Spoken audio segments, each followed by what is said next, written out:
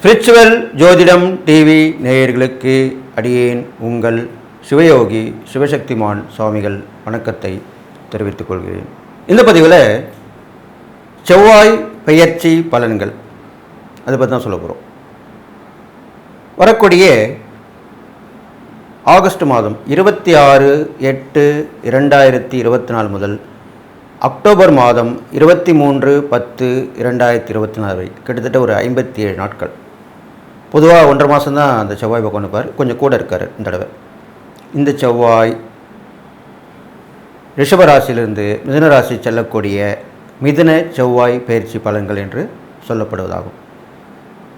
அதனுடைய பயிற்சி பலன்களை முதலில் பொது பலன் சொல்லிவிட்டு அடுத்ததாக 12 ராசிக்கும் சொல்ல இருக்கிறேன்.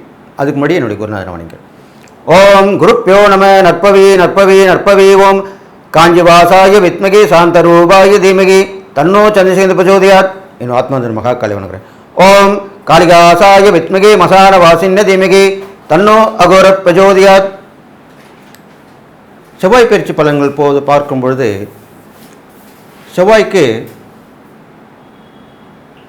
சனி கிரகத்தை போலவும் குரு பகவானுடைய அந்த கிரகத்தின் பார்வை போல 3 பார்வைகள் அதற்கு உண்டு. செவ்வாய் தான் இருக்கும் இடத்திலிருந்து 4ஆம் வீட்டையும் 7ஆம் வீட்டையும் 8ஆம் வீட்டையும் பார்ப்பார். 3 பார்வைகள் உண்டு. அந்த வகையிலே இந்த மிதுன செவ்வாயில் இருந்து கன்னி ராசியையும் தனுசு ராசியையும் மகர ராசியையும் பார்க்க இருக்கிறார். அப்படி பார்க்கும் பொழுது பொது பலன்கள் சொல்லக்கூடிய வகையில் பார்க்கும் பொழுது செவ்வாய் இது நாள் வரை குருவுடன் இருந்து குருமங்கள யோகம் ஏற்படுத்தி கொடுத்திருந்தார். இப்பொழுது அந்த குருவை விட்டு விலகி மிதுன ராசிக்கு பயிற்சி ஆகிறார். மிதுனத்திற்கு புதனுக்கும் செவ்வாயும் பகை ஒன்றும் கிடையாது. இருந்தாலும் அந்த மிதுன ராசியிலிருந்து அவர் பார்க்கக்கூடிய பார்வையும் பலன்களும் அவர் பயிற்சி ஆகும்போது உள்ள கிரக நிலைகள் வைத்துமே இந்த பொது பலன்கள் சொல்லப்படுகிறது. அந்த வகையில் பார்க்கும் பொழுது ரிஷபராசியிலே குரு பகவான், மிதுன ராசியிலே செவ்வாய் பகவான், கடகராசியிலே புத பகவான், சிம்ம ராசியிலே சூரிய பகவான், கன்னி ராசியிலே கேது பகவானும் சுக்கிர பகவானும், அடுத்ததாக கும்பராசியிலே சனி பகவானும், மீன ராசியிலே ராகு பகவானும் வீற்றிருக்கிறார்கள். இந்த வகையிலே இருக்கக்கூடிய இந்த கிரக நிலவரங்களை வைத்து பொது பலனை சொல்லப் போகிறேன். இதனால் வரைக்கும் இருந்த யோகங்கள் சற்றே விலகி இருக்கிறது. இருந்தாலும் மிதுன ராசியிலே செவ்வாய் பயிற்சி ஆவதால் அந்த செவ்வாயுடைய தன்மையான போர்க்குணம், பிரச்சனைகள், அடுத்தவர் மேல் வைத்துள்ள விமர்சனங்கள் இதெல்லாமே கொஞ்சம் குறைய வாய்ப்பு இருக்கிறது. ஏன்னா புதன் பகவான் எல்லோரும் ஒத்து போகக்கூடிய கிரகமாக சொல்லப்படுகிறது. அந்த வீட்டிலே வந்து அமரும் பொழுது எப்பொழுதுமே ஒவ்வொரு வீட்டில் அமரும்போது அந்த வீட்டுடைய அதிபதியுடைய குணங்கள் கண்டிப்பாக இருக்கத்தான் செய்யும். அந்த வகையிலே பார்க்கும்போது புதனுடைய தன்மை விளங்க இருக்கிறது. அப்பொழுது இதனால் வரை இந்த போராட்டங்கள், ஒருத்தரை ஒருத்தர் விமர்சனம் செய்து கொள்வது எல்லாமே கொஞ்சம் குறைய ஆரம்பிக்கும். கல்வியில் வளர்ச்சி உண்டாகும். படித்த பண்டிதர்கள், உண்மையான பண்டிதர்கள், உண்மையான கல்வியிலே வளர்ச்சி அடைந்தவர்கள், சாஸ்திரம் தெரிந்தவர்கள், இவர்கள் எல்லாரும் இப்பொழுது வெளியே வந்து மக்களுக்கு விழிப்புணர்வு கொடுத்து நல்வழி காட்டி அவர்களை கடைத்தேற்றப் போகிறார்கள். அதுவும் இல்லாமல் கடகராசியில் இருக்கிற புதன் பகவான் சந்திரனுடைய வீட்டில் இருக்கிறனால நல்ல விஷயங்களை நடத்தி கொடுப்பார். தாயில் வழி உறவுகளை பலப்படுத்துவார். புதன் என்றாலே உறவுகளுக்கு உரிய கிரகமாக சொல்லப்படுகிறது. அப்பொழுது விட்டுப்போன உறவுகள் வந்து சேரும் காலகட்டமாக இது அமையப் போகிறது. மாமன் மைத்துனர் வகை, தாய் வழி உறவு, அக்கால் தங்கை உறவு இதெல்லாமே மேம்பட போகிறது. பொதுவாக உறவினர்களும் நண்பர்களும் வந்து ஒருங்கிணைந்து செயல்படுவார்கள், எல்லோருக்கும் உதவி புரிவார்கள். இது மாதிரிலாம் நடக்க போகுது. அடுத்ததாக சிம்ம ராசியிலே சூரியன் தன்னுடைய வீட்டிலேயே இருக்கிறபடியால் அரசாங்கத்தினுடைய ஆதரவு கிடைக்கும், மக்களுக்கு விழிப்புணர்வு கொடுக்கப்படும். அரசாங்கத்தின் ஆதரவு பெருகும். அவர்களுடைய சலுகைகள் மக்களுக்கு போய் சேருகிறதா இல்லையா என்று பார்ப்பார்கள். மிகுந்த விழிப்புணர்வுடன் இருப்பார்கள். அது இல்லாமல் மக்கள் மனதிலே நல்ல ஒரு தன்னம்பிக்கை வெளிவரும். துணிச்சல், தைரியம் இதெல்லாம் மேலோங்கி அவர்கள் செய்யக்கூடிய காரியங்கள் எல்லாம் வெற்றி பெறும். அடுத்ததாக கன்னிராசியில் இருக்கக்கூடிய கேது பகவானுடைய சுக்கிரன் சேர்ந்திருக்கிறனால் கேது ஞான வாழ்வு, சுக்கிரன் இன்ப வாழ்வு. அப்பொழுது இரண்டுமே மாறி மாறி இருக்கப் போகிறது. பெரும்பாலும் சுக்கிரன் அந்த வீட்டிலே நீசமாகிறார். கன்னிராசியில் சுக்கிரன் நீசமாகிறார், தன்னுடைய சக்தியை இழந்து விடுகிறார். அப்பொழுது எல்லா கிரகத்தை விட கேதுக்குத்தான் அதிகமாக சக்தி உள்ளது. மற்ற 8 கிரகங்களை விட கேதுக்குத்தான் அதிக சக்தி உள்ளது. அப்பொழுது சுக்கிரனுடைய பல குணத்தையும் எடுத்து அவர் கொடுக்கப் போகிறார். அப்போது கேது பகவான் கன்னிராசியில் இருக்கிற நாள் சுக்கிரனுடைய பலத்தை எடுத்து கொடுப்பதால் ஆன்மீக பெரியோர்கள், ஆன்மீகவாதிகள் இந்த காலகட்டங்களிலே பெண்கள் நிறைய இந்த ஆன்மீக துறையிலே நுழைந்து வெற்றி பெறுவார்கள். அவர்கள் ஜோதிடராக இருக்கலாம், அருள்வாக்கு கூறுபவர்களாக இருக்கலாம், ஆராய்ச்சி புரிபவர்களாக இருக்கலாம், மக்களுக்கு விழிப்புணர்வு கொடுக்கக்கூடியவர்களாக இருக்கலாம், தியான மார்க்கமாக பயிற்சி கொடுப்பவர்களாக இருக்கலாம். இப்படிப்பட்ட வகையிலே பெண்கள் கை ஓங்கி இருக்க போகிறது. பெண்கள் அதிகமாக இந்த துறைக்கு வந்து மக்களுக்கு விழிப்புணர்வு கொடுக்க இருக்கிறார்கள். இது இல்லாமல் ஆன்மீக முன்னேற்றங்கள் கண்டிப்பாக ஏற்படும். அதுவும் இல்லாமல் தடைப்பட்ட காரியங்கள், திருமண காரியங்கள், சுபகாரிய முயற்சி இதெல்லாமே நடக்கும். இதெல்லாம் நடந்து நல்ல ஒரு மக்களுக்கு வசதி வாய்ப்புகள் வந்து சேரும். அடுத்ததாக கும்பராசியில் இருக்கக்கூடிய சனி பகவானால் அவர் வக்ரம் பெற்றிருப்பதனால் எந்த பிரச்சனையும் வரப்பதற்கு வாய்ப்பில்லை. நீதி நேர்மை நிலைநாட்டப்படும், நீதித்துறை மேலோங்கும். அது இல்லாமல் விவசாயம் வளர்ச்சி அடையும், மழை நிறைய பெய்யும், மழை வெள்ளம் காணும். இது இல்லாமல் பூமியிலே வெடிப்புகள், நிலச்சரிவுகள் இன்னும் இருக்கத்தான் செய்கிறது. அதையும் வந்து அடங்கக்கூடிய அமைப்பாக இருக்கப் போகிறது. இது இல்லாமல் ராகு பகவான் மீனராசியில் இருப்பதால் நல்ல ஒரு அதிர்ஷ்டமான விஷயங்கள் நடக்கப் போகிறது. எல்லோருக்கும் குரு கடாட்சம் ஏற்படும். குருவை வணங்க வேண்டும். ஜீவசமாதி தரிசனம், மகான்கள் தரிசனம் கை கொடுக்கும். நல்ல ஒரு விஷயங்களை நடத்தி கொடுக்கும். கடைசியாக ரிஷபராசியிலே குருவும் சந்திரனும் இருக்கிறார்கள்.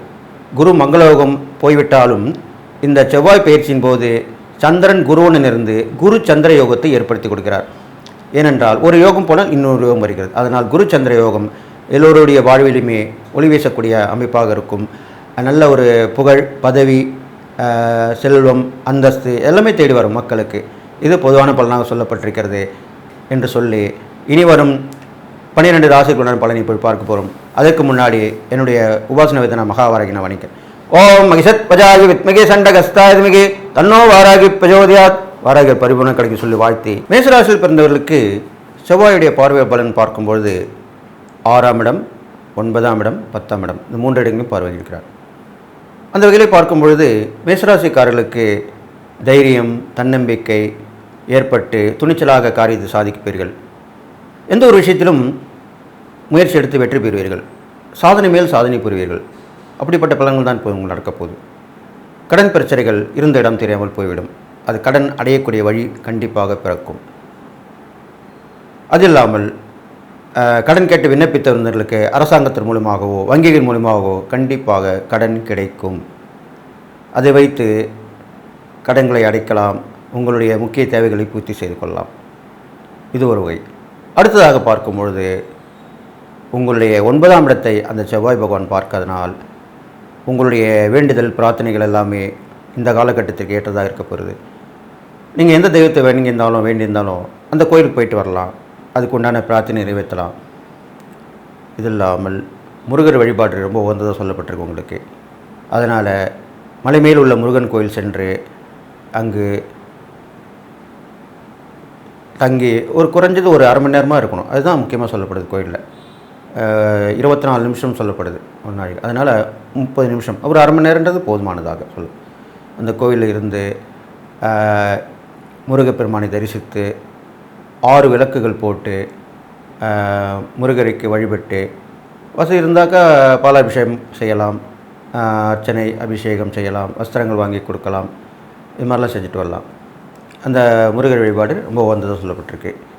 அதுவும் இல்லாமல் உங்களுக்கு எண்ணிய எண்ணங்கள் ஈடேறும், நினைத்த பொருட்கள் வீடு வந்து சேரும், ஒரு பெரிய மனிதருடைய தொடர்பு கிடைக்கும், அவர் மூலிமா உதவிகள் வந்த வண்ணமாக தொடர்ந்து இருக்கும்.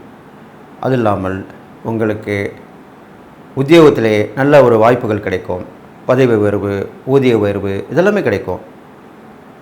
அது இல்லாமல் அதிகப்படியான வேலை வாய்ப்பும் கிடைக்கும். நீண்ட நேரம் பணி செய்து அதன் மூலமாக வரக்கூடிய வருமானங்களும் கிடைக்கக்கூடும். தொழில் செய்பவர்களுக்கு நல்ல ஒரு அபரிதமான வளர்ச்சி உண்டாகும், தொழில் மேன்மை உண்டாகும். நீங்கள் செய்யக்கூடிய தொழில் மக்கள் மத்தியிலே பிரசித்தி பெற்று விளங்கும். அதே போன்றுதான் வியாபாரத்துறையிலும் நீங்கள் வாடிக்கையாளர்களை நிறைய வந்து உங்களிடம் வந்து வியாபாரம் செய்வார்கள், அதன் மூலமாக வளர்ச்சி அடைவீர்கள். இது மாதிரிலாம் நடக்கப் போகுது. வருமானங்கள் கண்டிப்பாக உயரும். இதெல்லாமே மேஷராசிக்காரங்களுக்கு இந்த காலகட்டத்தில் வரப்போகிறது. எது எப்படி இருந்தாலும் இந்த செவ்வாய் பயிற்சியின் போது நீங்கள் செய்யக்கூடியது என்னவென்றால், யோசித்து நிதானமாக செயல்படுவதுதான் ஒரு சூட்சுமமான முறையாக சொல்லப்படுகிறது. அதன் பிறகு பார்த்தீர்களானால் அந்த இறை வழிபாடு என்றது முருகருடைய வழிபாடு செய்து வரலாம். அது இல்லாமல் சிவ வழிபாடும் உங்களுக்கு உகந்ததாக சொல்லப்பட்டிருக்கு. சிவ கடாட்சம் பெற்று உங்கள் எல்லா நலமும் பெற்று வாழ போகிறீங்க. அதனால் அந்த சிவபெருமானை தரிசித்து வணங்கி வரலாம். சிவனும் சக்தியும் சேர்ந்த அம்சமாக உள்ள கோயில்கள் சென்று வழிபட்டு வர வேண்டும். ஏன்னா 2 பேர் சொல்லப்படுறாங்க. மிதுனராசின்ற போது 2 தெய்வங்கள். அப்போது சிவனும் சக்தி சேர்ந்த அர்த்தநாரீஸ்வரர் கூட வணங்கிட்டு வரலாம் நீங்கள். அது ரொம்ப விசேஷமாக சொல்லப்பட்டிருக்கு. அது மாதிரி வணங்கிட்டு வரலாம். குடும்பத்தில் கணவன் மனைவிக்குள்ள அந்யோன்மை ஏற்படும், மனைவியின் கை ஓங்கி இருக்கும், மனைவி மூலியமாக பூர்வீக சொத்து பிரச்சனை தீர்ந்துவிடும், மனைவியின் வழியிலே நல்ல லாபங்கள் கிடைக்கப் போகிறது. இதெல்லாமே நடக்கப் போகிறது. நீங்கள் செய்யக்கூடிய தான தர்மங்கள் என்று பார்க்கும் பொழுது உங்களுக்கு ஆடை தானங்கள், ஏதோ ஆடை தானம் போட்டால் ஆயுள் வளரும்னு சொல்லப்படுது. ஆடைகள் இல்லாத ஏழை எளியவர்களுக்கு நீங்கள் ஆடை வாங்கி கொடுக்கலாம், உணவு நீர் கொடுக்கலாம், இது மாதிரி கொடுத்து வரலாம். 2 பேர் சேர்த்தே கொடுக்கலாம். இது மாதிரி தான் சொல்லப்பட்டிருக்கு. இது இல்லாமல் இரட்டை குழந்தைகள், ட்வின்ஸ் சொல்கிறோம் இல்லையா, அவங்களுக்கெல்லாம் நீங்கள் அதில் பிறந்தவங்க ஏழ்மையான ஒரு நிலைமையில் உள்ளவங்களாக இருந்தால் அவங்களுக்கு நீங்கள் நிறைய தானம் பண்ணிட்டு வரலாம். அவங்களுக்கு ஏற்ற பிடித்தமான அவங்களுக்கு தேவைப்படக்கூடிய விஷயங்களை செய்து வரலாம். இது மாதிரிலாம் பண்ணலாம். இதெல்லாம் செஞ்சுட்டு வந்தீங்கன்னா இந்த மேஷராசிக்காரங்களுக்கு இந்த செவ்வாய் பயிற்சி பலன்கள் மிகுந்த நற்பலனாக தான் நடக்க போகுது. இதெல்லாம் பண்ணி அந்த முருகப்பெருமானையும் வணங்கி சிவசக்தியும் வணங்கி நீங்கள் எல்லா நாளும் போய்ட்டு வாழணும்னு சொல்லி வாழ்த்தி விடைபெறுகிறேன். நன்றி, வணக்கம்.